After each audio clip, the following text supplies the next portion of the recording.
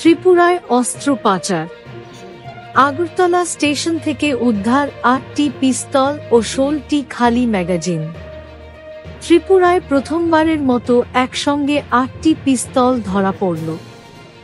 গোপন সূত্রে পাওয়া তথ্যের ভিত্তিতে আরপিএফ ও জিআরপি যৌথভাবে অভিযান চালিয়ে আগরতলা রেল স্টেশন থেকে উদ্ধার করেছে এই বিপুল সংখ্যক আগ্নেয়াস্ত্র। এই অভিযান পরিচালনায় ছিলেন আরপিএফের অ্যাসিস্ট্যান্ট কমান্ড্যান্ট বি.কে. সিনহা এবং জিআরপির দায়িত্বপ্রাপ্ত পুলিশ অফিসার তাপস দাস। এই ঘটনাকে ঘিরে চাঞ্চল্য ছড়িয়েছে গোটা রাজ্যে। পুলিশের পক্ষ থেকে জানানো হয়েছে, অস্ত্রগুলো কোথা থেকে এলো এবং কার উদ্দেশ্যে আনা হচ্ছিল তা জানতে তদন্ত জোরদার করা হয়েছে।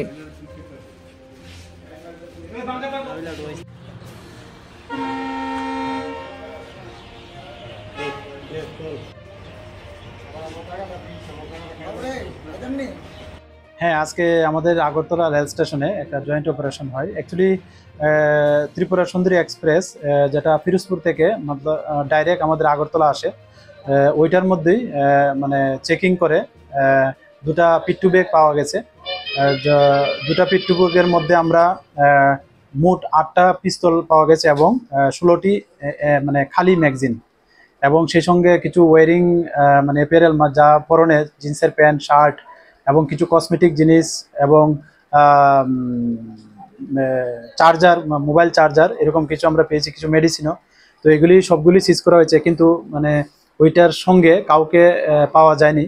তো আমরা এর ধরেই আমরা আগরতলা জিআরপি থানাতে একটা মামলা গ্রহণ করি আননোন মিসক্রিয়েন্টসের এগেনস্টে, কারণ এটা নিশ্চয়ই কেউ বা কাহারা এনেছে এবং কোনো দুষ্কৃতিমূলক কাজ করার জন্যই।